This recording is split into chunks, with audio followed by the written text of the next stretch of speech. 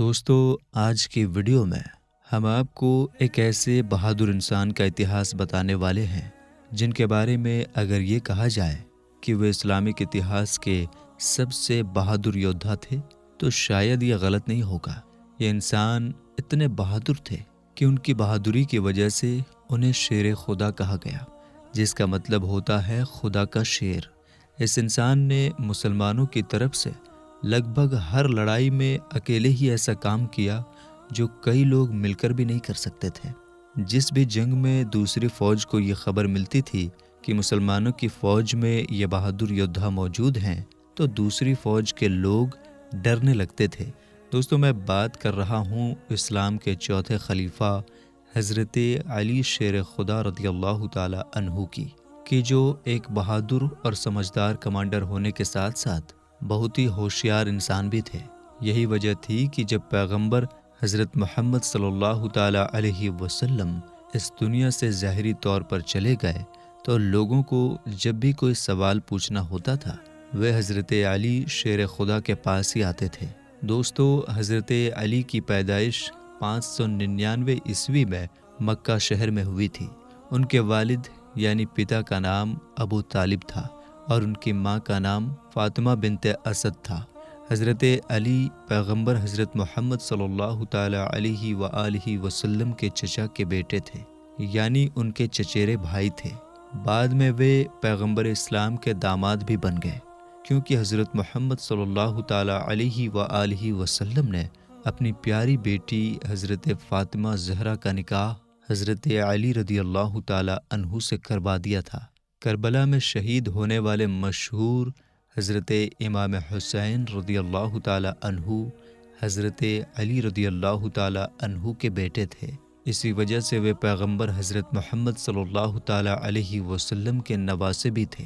جیسا کہ میں نے پہلے بھی بتایا تھا، پیغمبر حضرت محمد صلی اللہ تعالی علیہ وآلہ وسلم نے اپنی بیٹی حضرت فاطمہ زہرا رضی اللہ تعالی عنہا کی شادی حضرت علی سے کروا دی تھی۔ جس وقت حضرت علی کی پیدائش ہوئی تھی اس وقت پیغمبر حضرت محمد صلی اللہ تعالی علیہ وسلم کی عمر شریف 30 سال تھی، یعنی حضرت علی پیغمبر اسلام صلی اللہ تعالی علیہ وسلم سے 30 سال چھوٹے تھے۔ دوستو، آپ کو یہ بھی بتائیں کہ حضرت علی کا نام ان خاص لوگوں میں آتا ہے جنہوں نے سب سے پہلے اسلام کو اپنایا تھا۔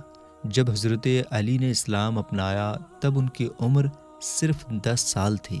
حضرت علی نے بچپن ہی میں پڑھنا لکھنا اچھی طرح سے سیکھ لیا تھا، جو اس زمانے میں بہت بڑی بات مانی جاتی تھی، کیونکہ اس وقت کوئی بھی انسان اتنی چھوٹی عمر میں پڑھنا لکھنا نہیں سیکھ پاتا تھا۔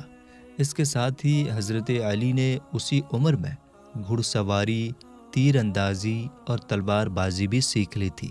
یہ چیزیں آگے چل کر ان کی پہچان بنی اور انہیں دوسروں سے الگ بناتی تھیں۔ جب پیغمبر حضرت محمد صلی اللہ تعالی علیہ وآلہ وسلم 53 سال کے تھے تب انہوں نے مکہ چھوڑ کر مدینہ جانے کا فیصلہ کیا۔ ان کے اس فیصلے کے بعد دوسرے مسلمانوں نے بھی مکہ چھوڑ کر مدینہ جانا شروع کر دیا۔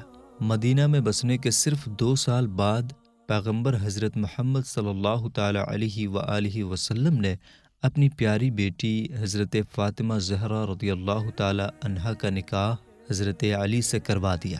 جب حضرت علی کا نکاح ہوا تب ان کے پاس صرف ایک گھوڑا، ایک زرہ، لوہے کی لڑائی والی جیکٹ تھی۔ حضرت علی نے اپنی زرہ حضرت عثمان رضی اللہ تعالی عنہ کو بیچ دی، جو اس وقت کے سب سے امیر مسلمانوں میں سے ایک تھے۔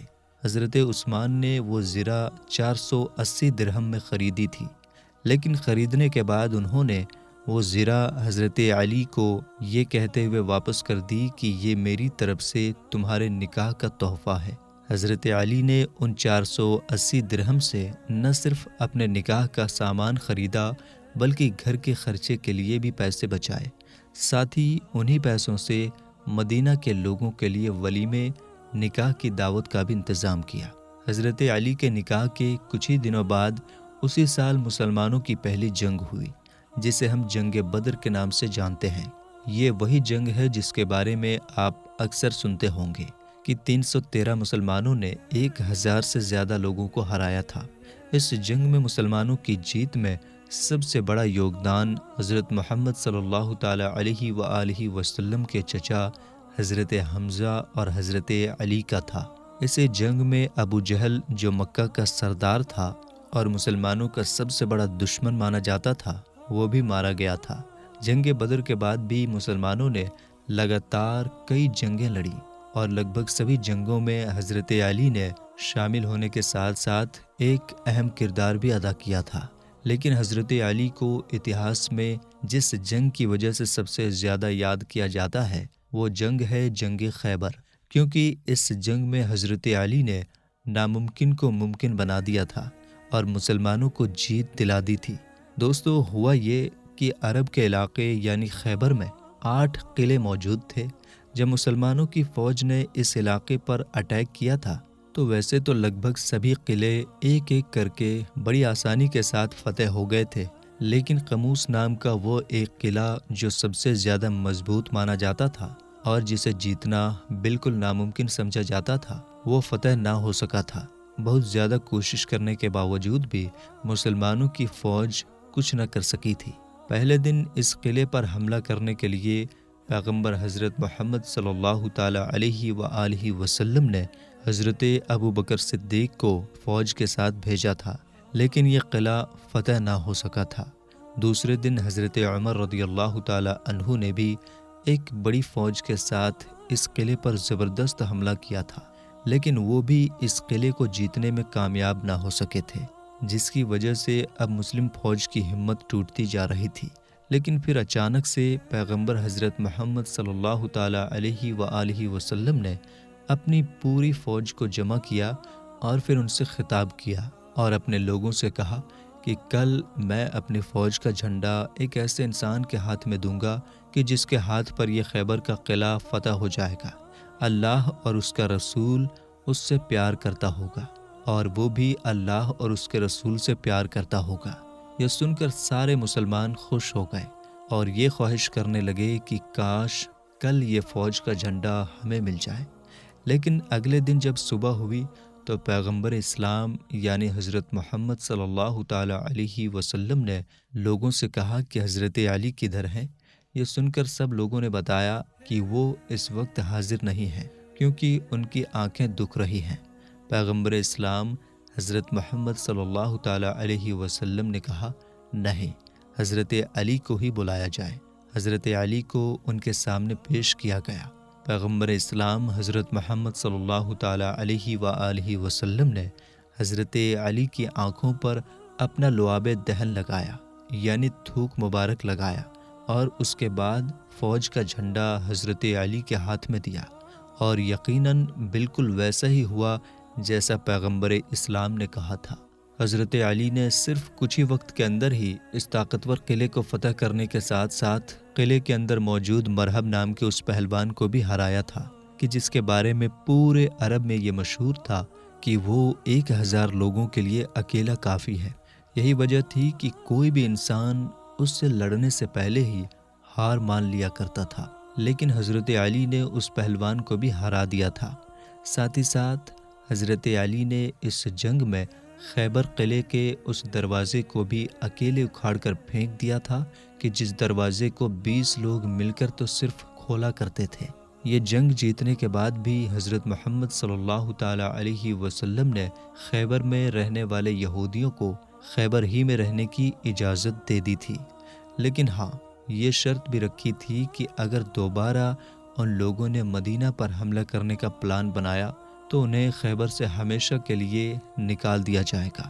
کیونکہ دوستو، مسلمانوں کے خیبر پر حملہ کرنے کی وجہ بھی یہی تھی، کیونکہ خیبر میں رہنے والے یہودی دوسرے قبیلوں کے ساتھ مل کر مدینے پر چڑھائی یعنی حملہ کرنے کا پلان بنا رہے تھے، لیکن مسلمانوں نے پہلے ہی ان پر حملہ کر دیا۔ 11ویں ہجری میں جب حضرت محمد صلی اللہ تعالی علیہ وسلم نے ظاہری طور پر اس دنیا کو الوداع کہا تو حضرت علی بہت پریشان ہوئے، کیونکہ یہ حضرت علی کی زندگی کا سب سے بڑا صدمہ تھا۔ اتہاس لکھنے والوں کا ماننا ہے کہ حضرت علی نے ہی پیغمبر اسلام حضرت محمد صلی اللہ تعالی علیہ وسلم کو غسل دیا تھا، اور غسل دینے کے ساتھ ساتھ قبر مبارک میں بھی حضرت علی نے ہی اتارا تھا۔ دوستو اب بات کرتے ہیں حضرت علی کی زندگی کے سب سے اہم پہلو کے بارے میں، یعنی حضرت علی کی خلافت کے بارے میں۔ ویسے تو حضرت علی کی خلافت لگ بھگ 4 سے 5 سال تک ہی رہی تھی، لیکن یہ پورا کا پورا دور اتنی مشکل اور کٹھنائیوں سے بھرا ہوا تھا کہ اگر حضرت علی کی جگہ کوئی دوسرا انسان ہوتا تو شاید قابو نہیں کر پاتا، کیونکہ دوستو حضرت علی کے زمانے میں مسلمانوں کے دشمنوں نے مسلمانوں سے لڑنے کا ایک نیا طریقہ ڈھونڈ نکالا تھا، اور وہ طریقہ یہ تھا کہ وہ مسلمانوں سے کھلے عام لڑنے کی بجائے خود مسلمان بن کر مسلمانوں کی فوج میں گھس جایا کرتے تھے اور اندرونی طور پر مسلمانوں کی فوج کو کھوکھلا کرتے تھے۔ اور انہی تمام چیزوں کی وجہ سے حضرت علی کے زمانے میں ہی مسلم اتحاد کا پہلا سول وار ہوا تھا، یعنی مسلم اتحاد کا پہلا گرہ یدھ ہوا تھا۔ مسلمانوں کی تلوار خود مسلمانوں پر اٹھ گئی تھی، اور یہ صرف اور صرف ایک بار نہیں بلکہ 2 بار ہوا تھا، جس کے نتیجے میں ہزاروں مسلمانوں کو اپنی جان گنوانی پڑی تھی۔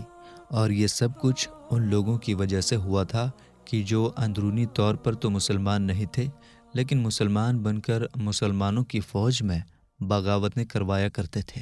تیسرے خلیفہ یعنی حضرت عثمان غنی رضی اللہ تعالی عنہ کی شہادت کی وجہ سے شروع ہونے والے اس سول وار کو ویسے تو صلح کے ذریعے سے ختم کر دیا گیا تھا، لیکن اتہاسک طور پر کہیں نہ کہیں ان جنگوں میں حضرت علی کا پلہ بھاری تھا۔ لیکن اس کے باوجود بھی حضرت علی نے پہلے ہی یہ اعلان کروا دیا تھا کہ میری فوج کا کوئی بھی انسان دوسری فوج کے مال پر ہاتھ نہیں لگائے گا، جیسا کہ پہلے عام طور پر جنگوں کا اصول ہوا کرتا تھا۔ ساتھ ہی ساتھ حضرت علی نے اپنے سپاہیوں کو یہ حکم بھی دے دیا تھا کہ تم لوگ اس انسان پر تلوار نہیں اٹھاؤ گے کہ جو اپنی تلوار کو نیچے کر لے گا، یعنی جو لڑنے سے انکار کرے گا۔